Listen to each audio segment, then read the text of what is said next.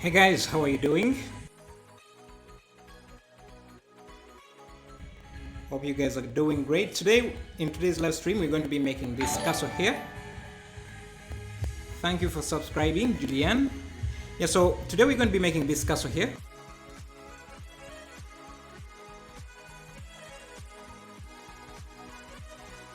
And what I've done is that because I want to be able to complete this entire castle in this stream,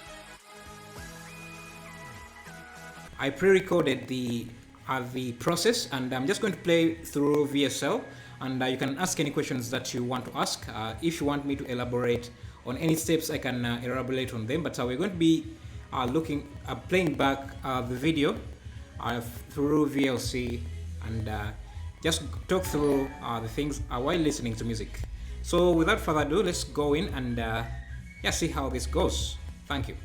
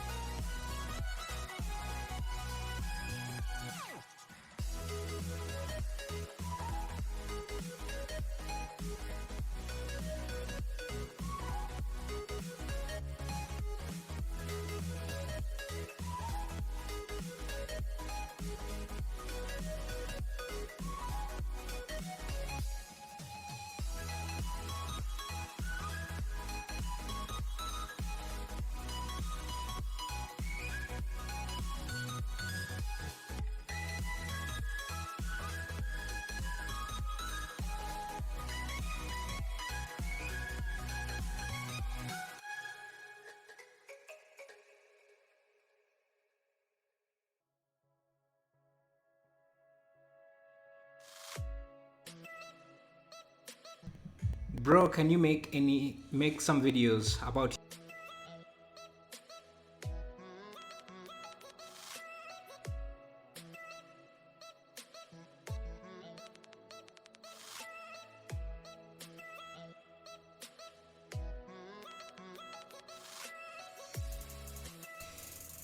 Bro, can you make any videos?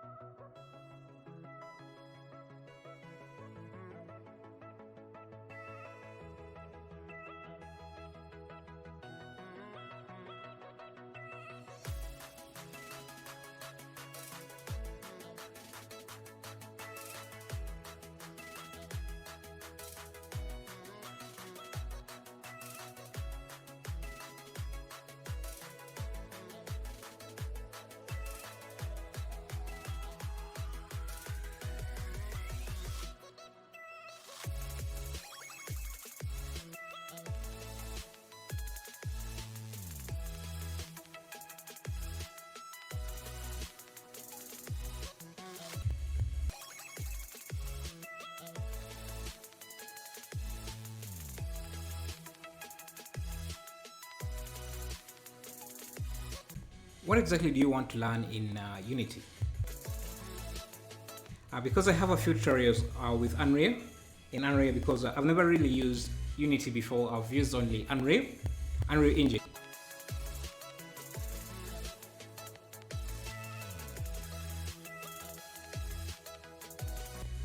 Thank you for subscribing. As someone who I can't read their name there, I'm not sure how to pronounce that, but thank you.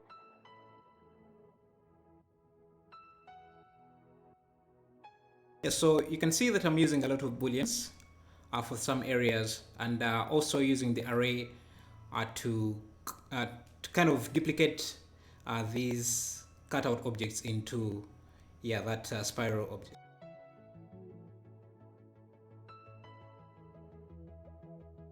Hope you guys like the music.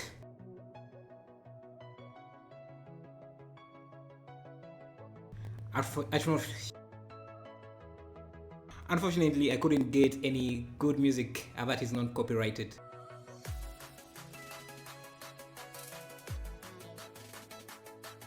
But I think this is also good music.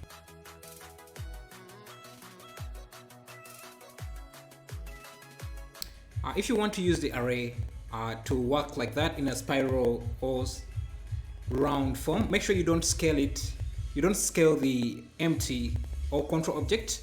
Make sure it's the same scale as, if you want to scale the empty, you scale also the array object that you want to add to that.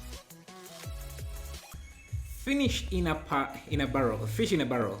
Yes, how are you doing? I remember you told me that means how are you or something in Russia. But how are you doing as well there?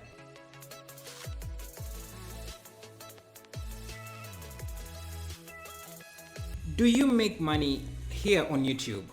It would be very difficult for me to continue doing these videos as I'm doing them right now without making any money from them. So yes, I do make money from YouTube. And I have a second channel that I'm working on. Sorry, that's already up. Blender Money. That is yet to be monetized, but I'm hoping to get it there. It's only, I think, 200, around 200 watch hours that are remaining for it to be eligible for monetization, but I'm hoping to get it there by the end of this month. Pratik Kuja. Yes, this music is good. Thank you for that. Appreciate it. Nitok Kar. Thanks for the videos. I learned a lot from your channel. Thank you as well. I'm just sharing what I learned as well. I learned a lot from the YouTube community, so I'm doing my best to give back and also make some money off of it, since it doesn't affect. Yeah, you can teach on YouTube and still make some money off of it as well, so which is a win-win, I think.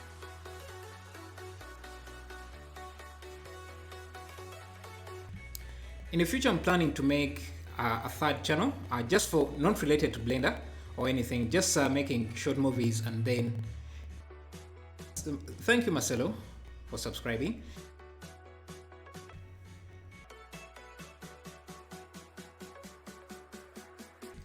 You see that I'm going to be doing texture painting on this, and most of the things I'm doing here I've already shown in different videos.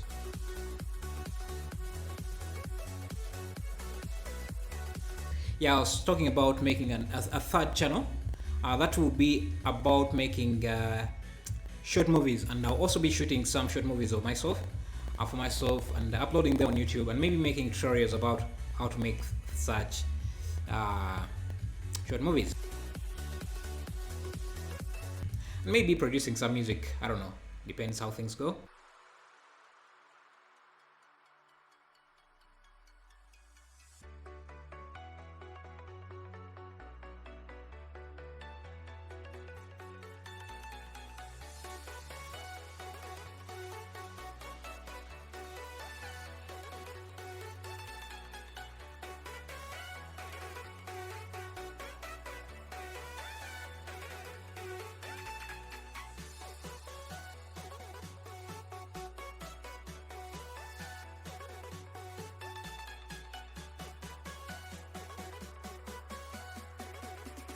If you guys have any questions, you just let me know and I'll jump into Blender and show you some and try to answer your questions.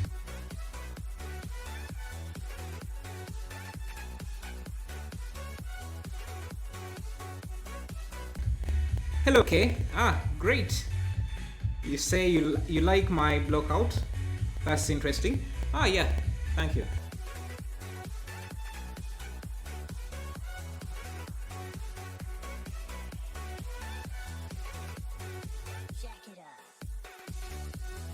Yeah, I usually like to start out by blocking so that I don't spend too much time adding details where they're not going to be visible, or just later to have them removed.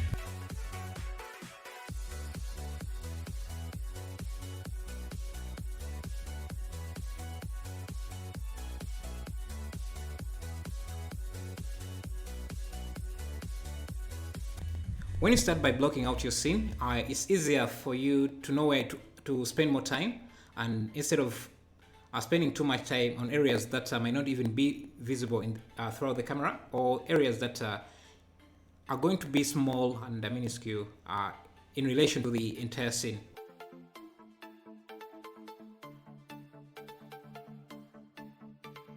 You can see I'm also reusing a lot of assets here, and sometimes I duplicate them using Shift D so that I can have an instance instead of a duplicate. So when I make changes to one area to the original mesh, they can be updated. The duplicate can have the changes as well.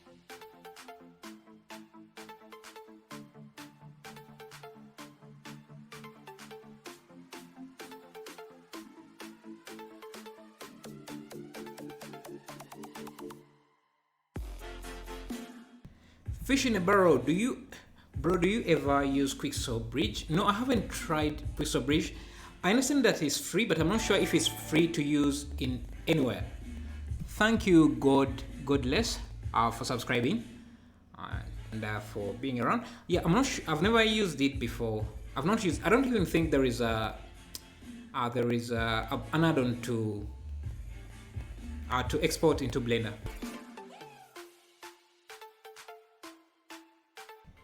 Yeah, this is a time lapse, my friend. Yeah, I can't be that fast. Yeah, if I did this step by step, it would be a very long tutorial live stream. It would go into 4 hours because the original video is 4 hours. That's including the texturing, UV unwrapping, the modeling, everything, and the texture painting. So if I just did a step by step tutorial, it would be too long. Hello Raul Das, how are you doing?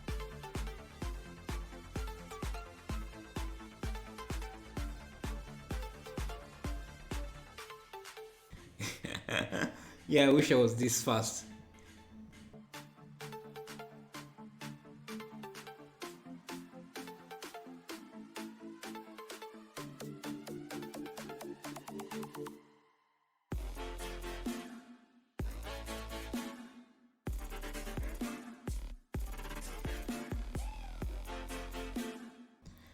I don't think anyone can model that fast.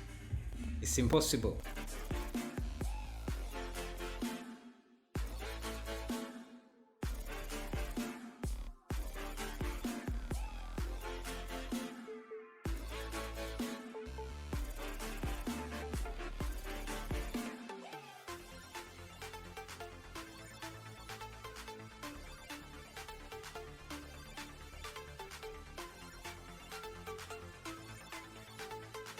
Okay, no problem. Just seeing the workflow is good anyway. Yeah, a lot of people who are familiar with Blender, who have some experience in Blender, enjoy watching time lapses more than step by step, because step by step tutorials are repetitive. You end up showing the same steps over and over when someone already knows. It can be frustrating for someone who already knows those steps, seeing you repeat them over and over. So that's why I also enjoy time lapses a lot. And the great thing about time lapses is that you can even go watch my time lapse, and you can still gain the knowledge, even when it's a different software that is being used. Rahul Des, when did you start using Blender? I love your content, thank you. I started using Blender around Blender 2.47a. Yeah, so I think that was around, I don't know, 2010. Yeah, so it has been around 10 years now. It's been a while. But it wasn't constantly using Blender. I used to switch between different applications. I went into a phase of just using Cinema 4D, and then tried out using only 3ds Max, 3ds Max for a while. But yeah, they all felt a bit slow for me because I had got used to using Blender's shortcuts, and Blender is very heavy at using shortcuts. And if you familiarize yourself with using the using shortcuts a lot. When you start using an application that doesn't have shortcuts, it seems way too slow. So I failed to continue using those other 3D applications because they didn't have the same shortcuts as Blender. So I just switched back to Blender because it was faster to work with.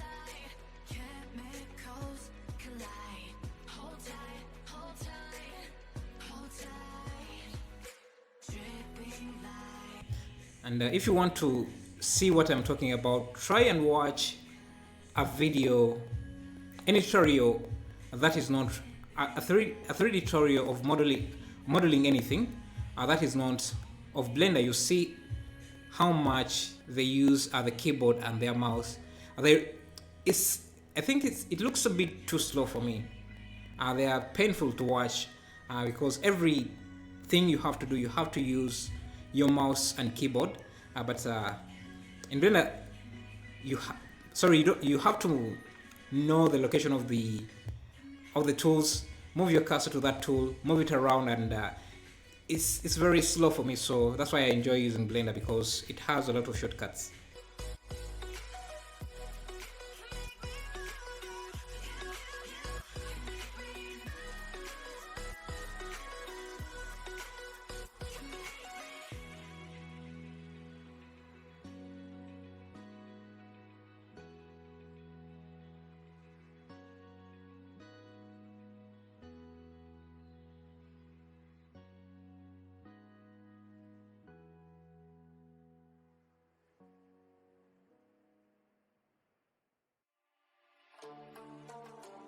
Yeah, it's kind of like gaming if you get used to the shortcuts.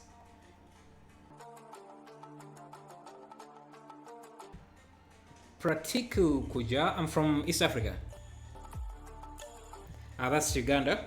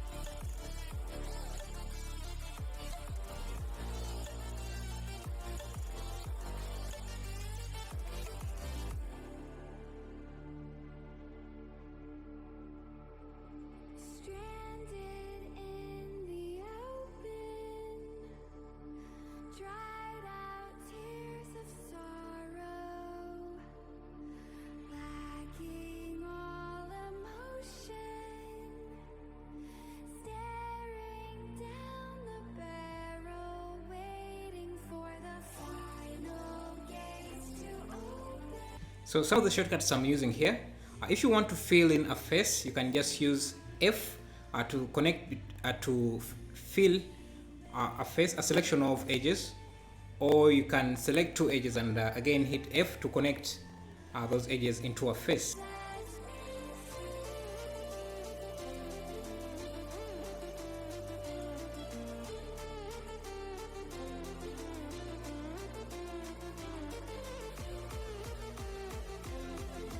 Yeah, so here I'm just making a flag, and this is the great thing about Blender. It can do a lot of things. You don't really need to go into another application. Just go into whatever, just do whatever you want, and if you can think of it, you can do it here.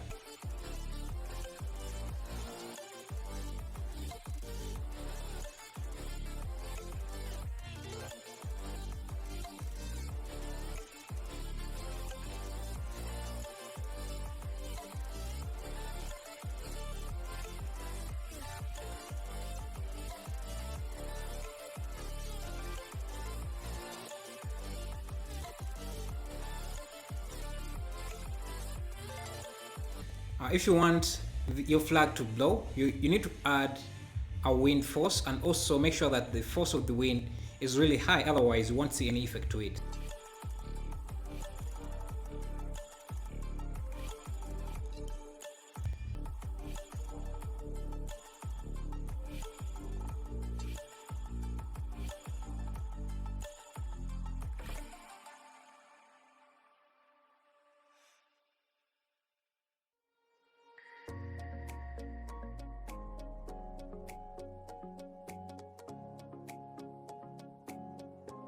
I'm trying to create some sandbags here to support the flag.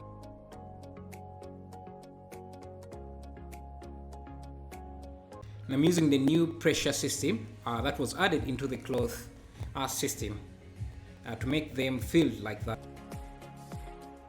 And if you add on internal springs in your cloth in your cloth system, it makes the cloth hold its shape like that. Now it's behaving more like a sandbag. Now if you increase the mass of the bag, then it will really have that bounce effect that I'm looking for.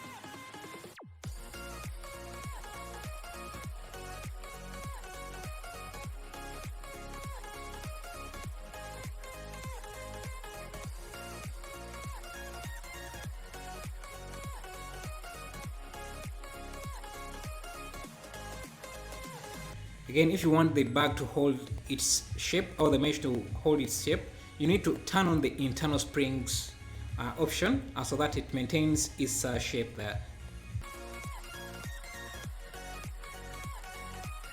Then you just have to crank up the mass of the mesh so that it behaves like a solid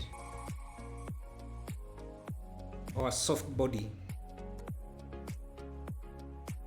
Yeah, you are correct. Even I use both Blender and Maya.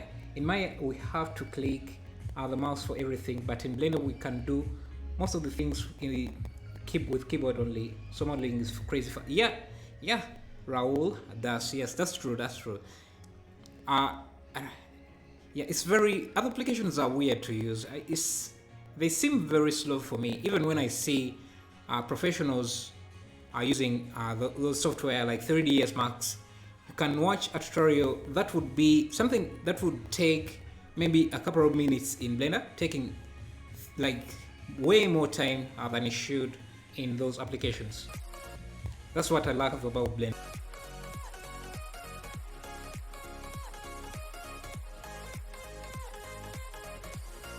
So now here I'm just cleaning up the topology so that we can go to UV mapping and then texture and then texture painting.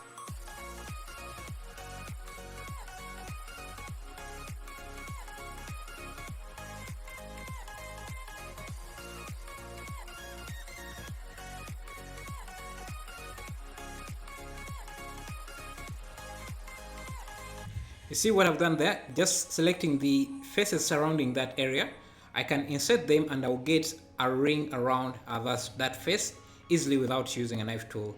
It makes creating those surrounding edge loops really easy.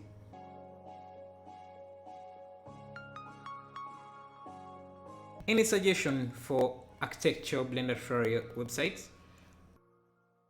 Actually don't have any. I don't know any, but Andrew Price has Blender Guru, and I think he has a lot of tutorials there and some good renders about architecture. So you can check him out. Andrew Price, I'm sure you know him. He's the donut guy behind the Blender Guru website and tutorial channel, and also Polygon.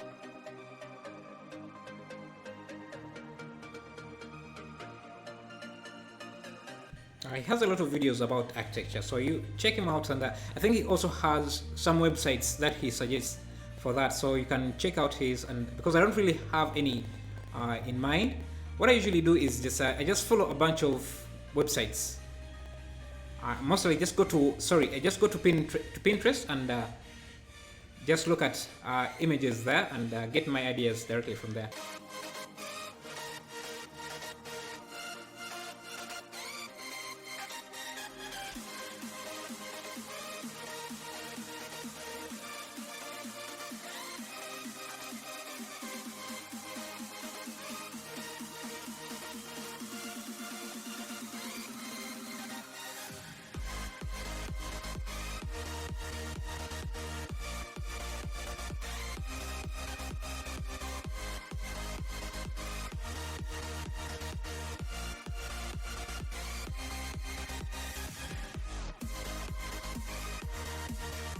Akif Azman, how long have I been using Blender?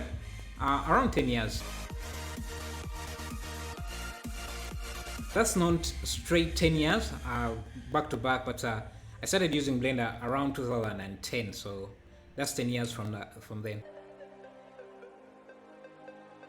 But I was jumping between different applications.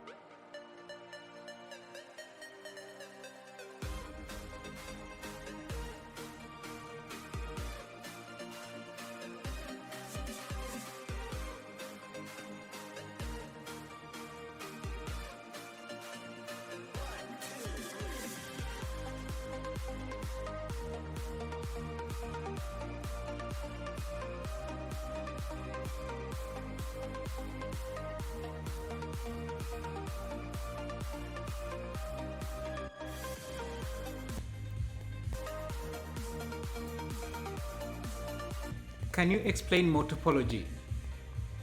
Basically, what you want to go for when you're doing topology is have more quads than triangles or n-gons. But in this case, it doesn't really matter that much. The topology doesn't. I wasn't worried too much about the topology, but I wanted to have some good topology as well. But you will see some n-gons and triangles in different areas, but I wasn't worried too much about them.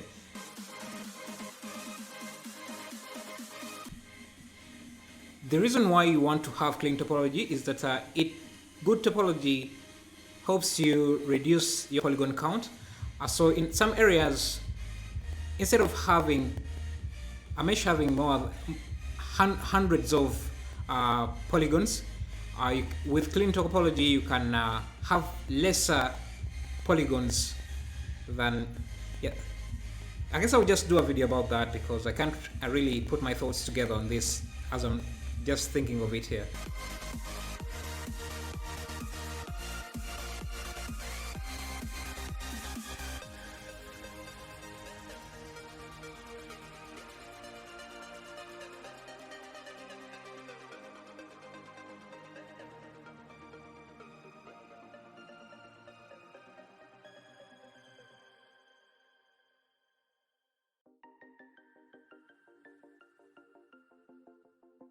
And what I would recommend someone who wants to learn topology to do is go to Pinterest and look at some wireframe renders, wireframe images, and see how their topology flow. Or go to sites like CG Trader or TurboSquid, those marketplaces, and look at the products they're selling. They usually add a wireframe render of the object they are selling, and just look at that. Or even go to what is it called?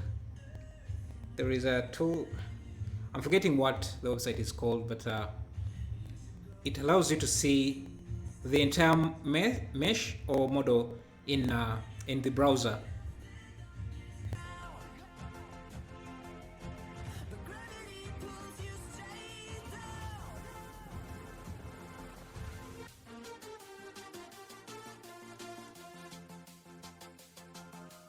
So we're doing some UV unwrapping here, or UV map.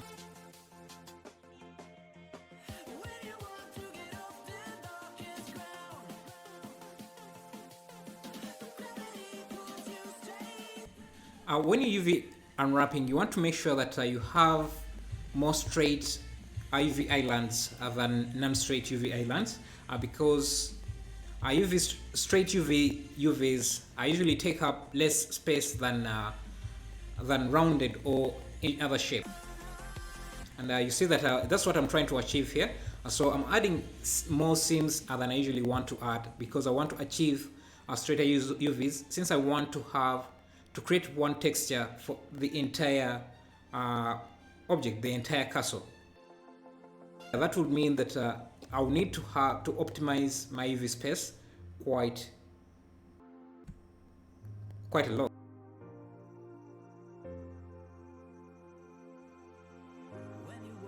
And you can see where I have the same objects, like this door here. I'm just going to UV unwrap one object, since it's the same object, and the other door is an instance of this door. I can use the same UV map for those two objects. That will also minimize the UV space that I need for this for the object.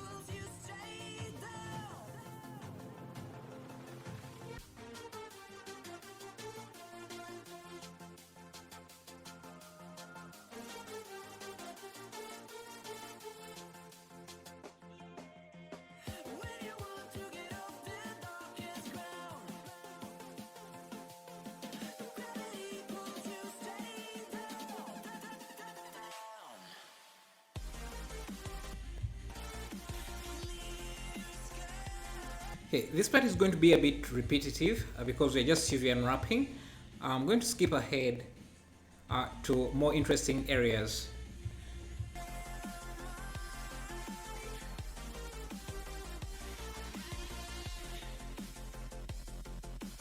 You can see we are still UV unwrapping here.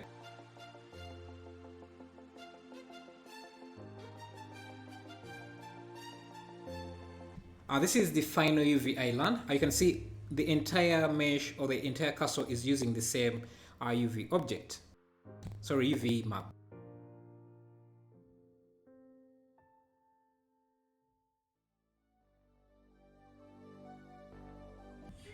You can see an easier way to make steps. Just extrude, just create one mesh and then add some subdivisions and then start extruding them into steps like that.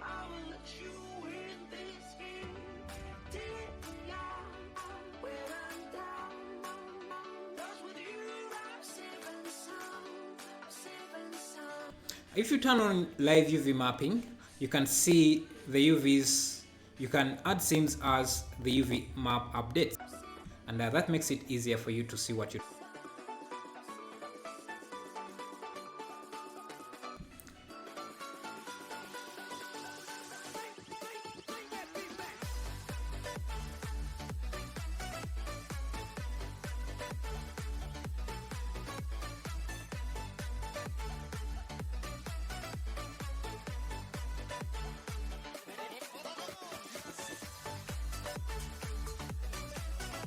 And see what we have now. That's our final UV map.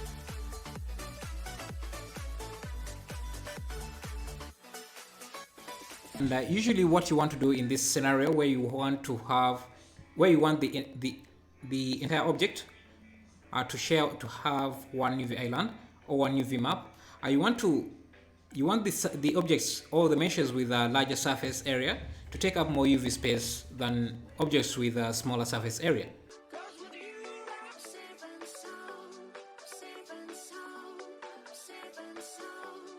So I'm going to do some baking here to bake a curvature map for the entire castle. So I'm trying to make sure that we have enough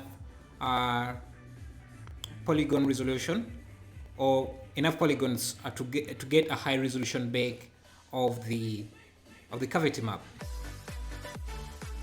And the way I'm getting that is by using a combination of the bevel modifier and the subdivision surface. Without the bevel modifier and subdivision surface, you would not get a high resolution or enough information for your curvature map.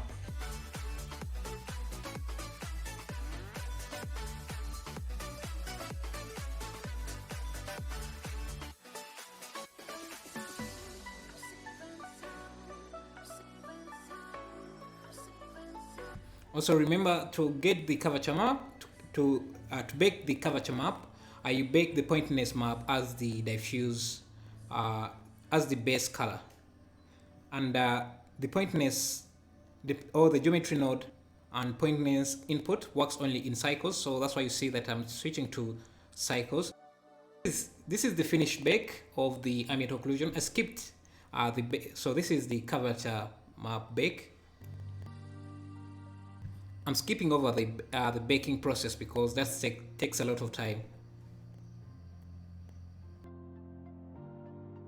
And you also want to bake a high resolution image. So in this case, I baked a 4K image in order to contain all that detail. And you can use the curvature map to kind of expose those edges or highlight the edges of your mesh, like you see we are doing here.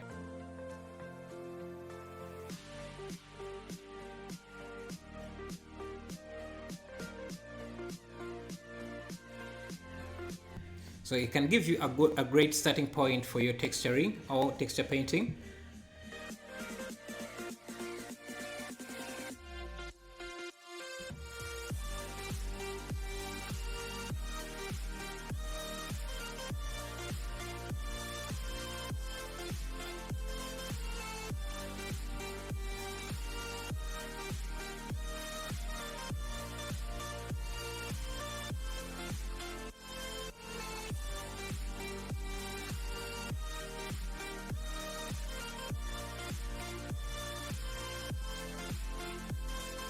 So now we are starting with the painting.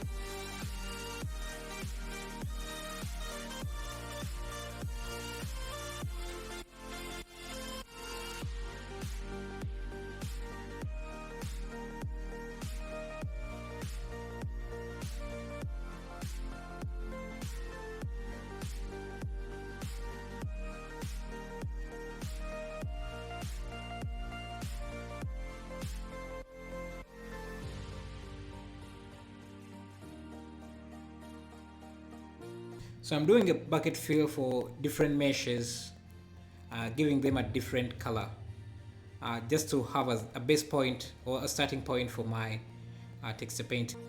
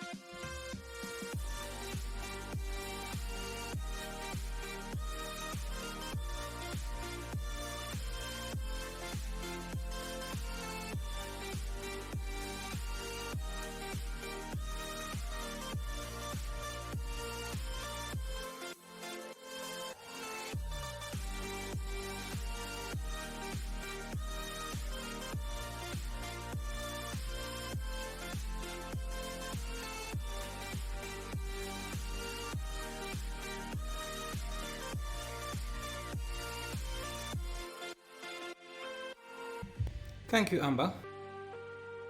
Really appreciate that.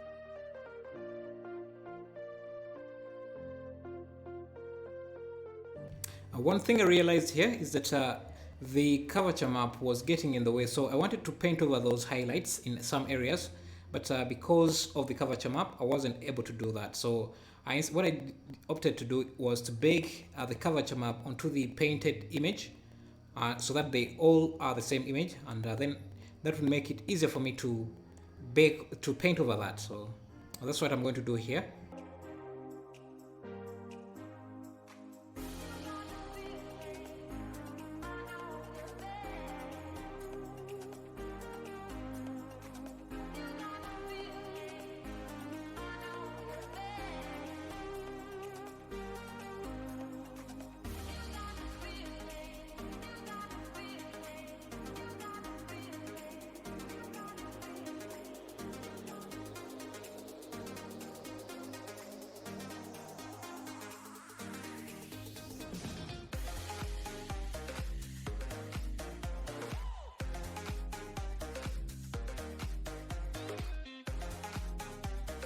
Now you can see after baking the curvature map directly onto the textured image, now I can paint over those highlights with no problem.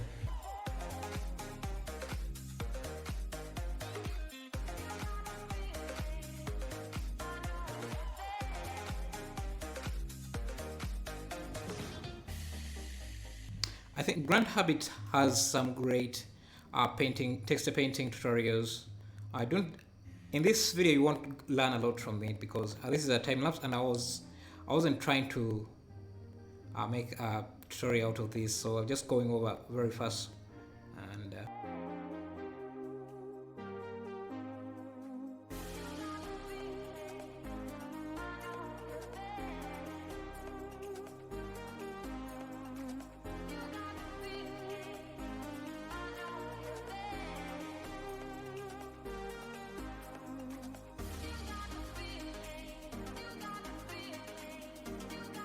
So I was doing a lot of experimenting in this one. Yeah, and I think in the final version I redid the painting I'm doing here. So let me just skip to that area.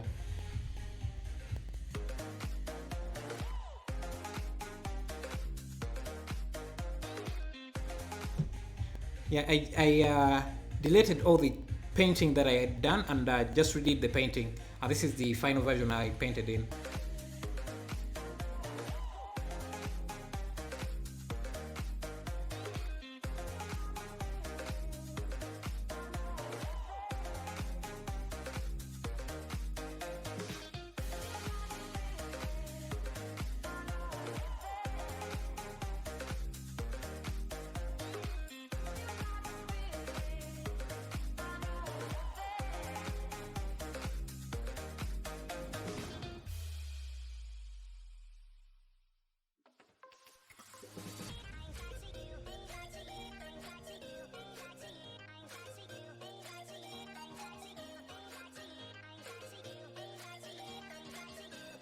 You see, I'm adding a highlight around those cracks to make them pop out a bit more.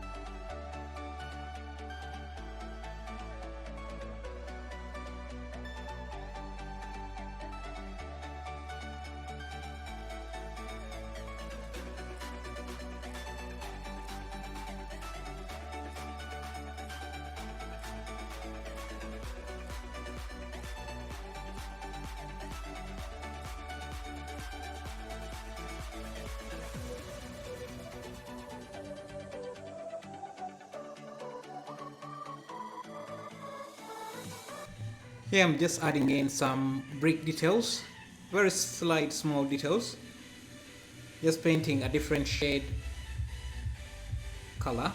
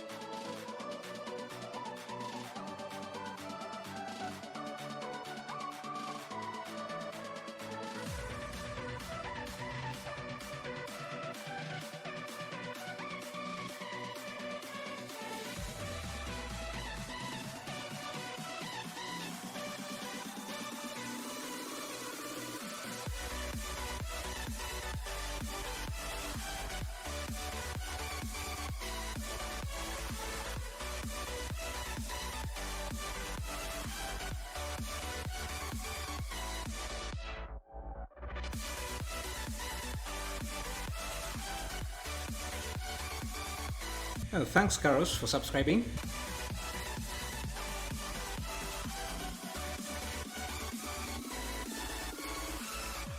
Don't forget to leave a like as well. And if you have any questions, just ask and I'll make sure to answer.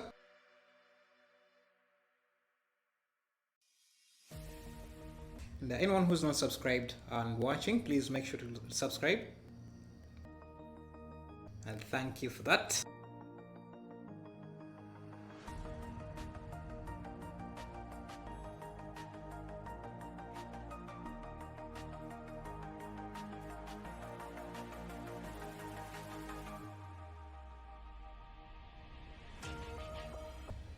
Yes, Jaya 12. Yes, I do use Substance Painter, and I have a few videos about Substance Painter as well, though most of them are time lapses.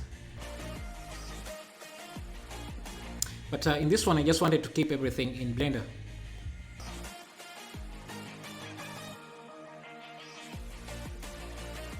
As whenever I'm able to keep everything Blender, that's what I usually want to do.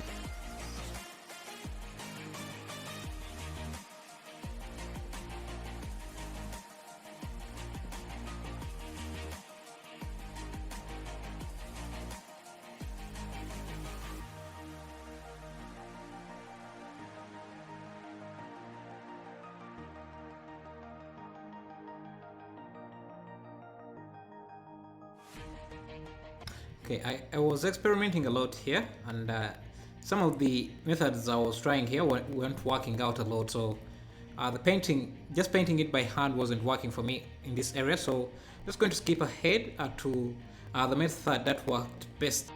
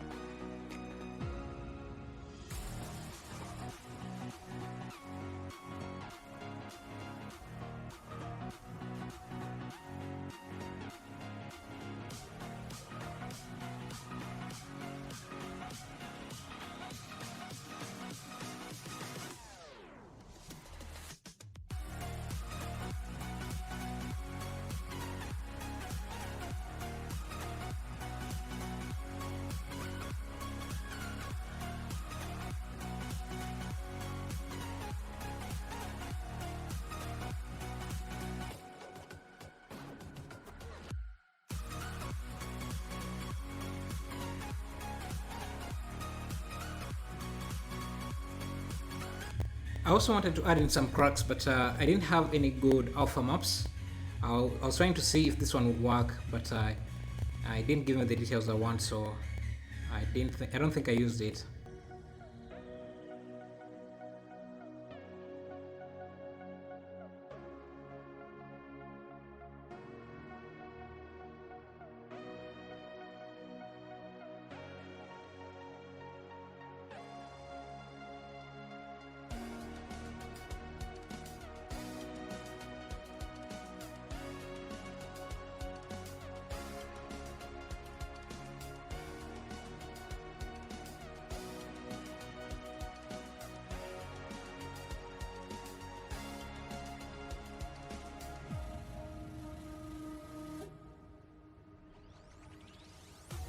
Jetrelov, I got a chance to talk with 1D Inc.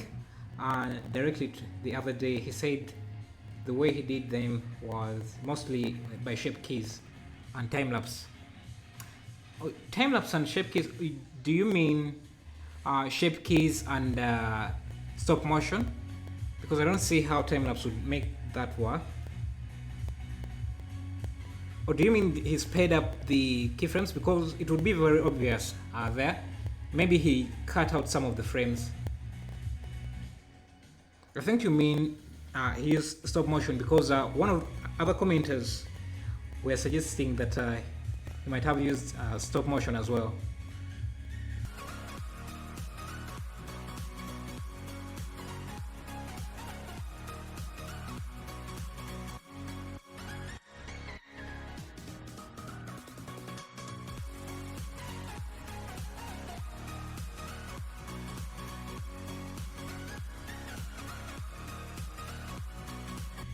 Yeah, stop motion. Yeah, that's what I thought, stop motion, because a lot of other people asked, when I posted the video, I got a lot of comments saying the same thing, that he might have used stop motion and keyframing. But that's even more work than I thought, because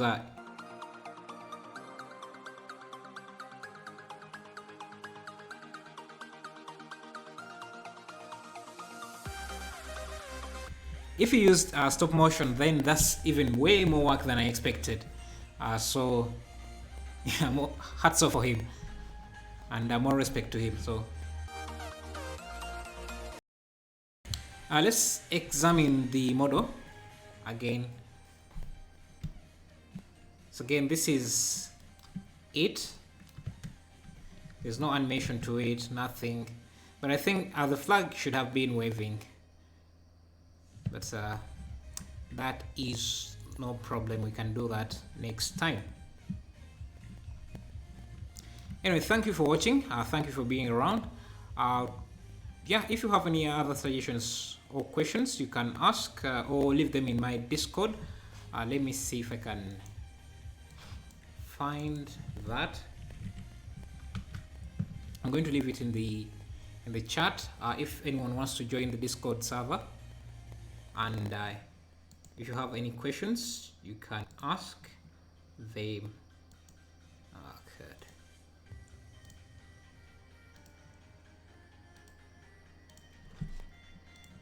So that's my Discord.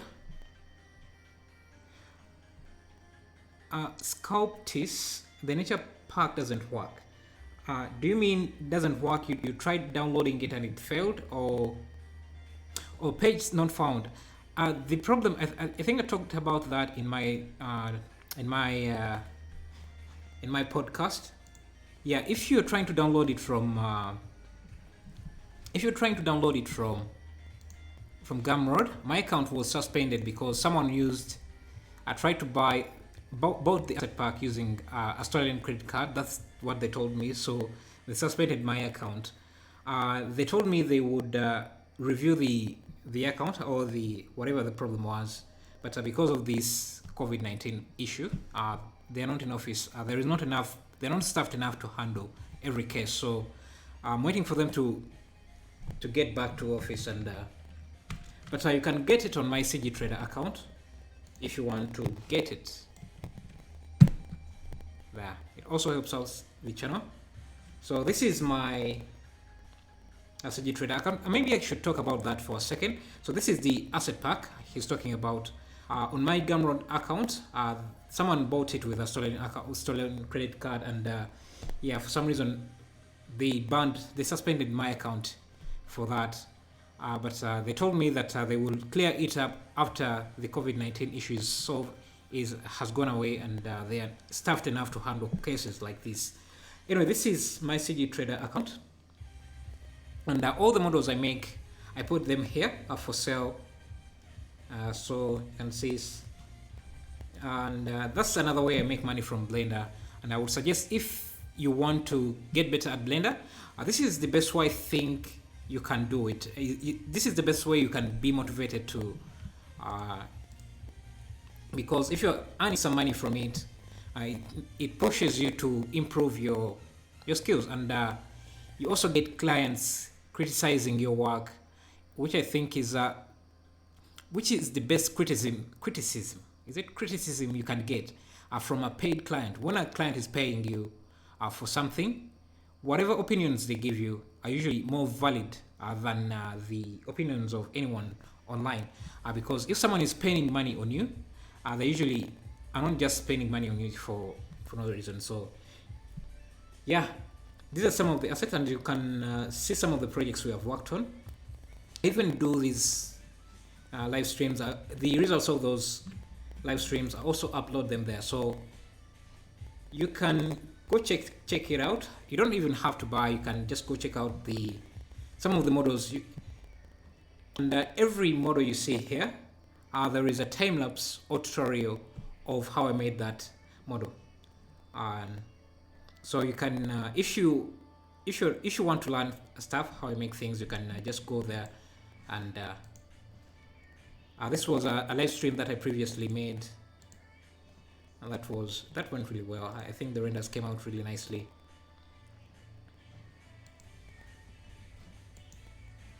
And yeah, so if you want to really know how good you are with your modeling, try selling some of your models. Put your models up for sale and see what clients think of them. And yeah, so these are,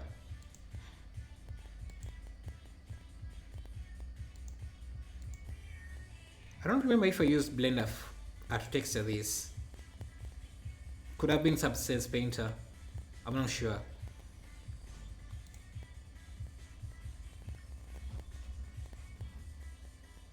I'm not sure. It could have been Substance Painter or Blender. Yes, so those are some of my models. You can go check them out. Anyway, that's the end of the stream. Thank you for watching. Again, you can join the Discord server, because that's where I post the final renders of what I do here. And if you don't find them on Discord server, you will always see them here. You can see Mojojo. This is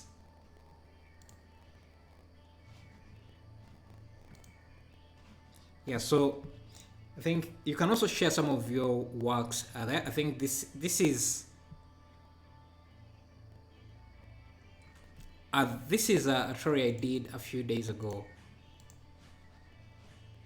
and yeah, he managed to get better results than me, I think, because I think he's using cycles to render this.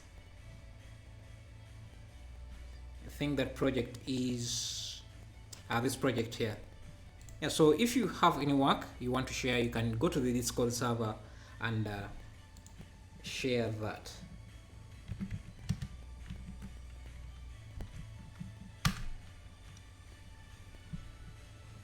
Anyway,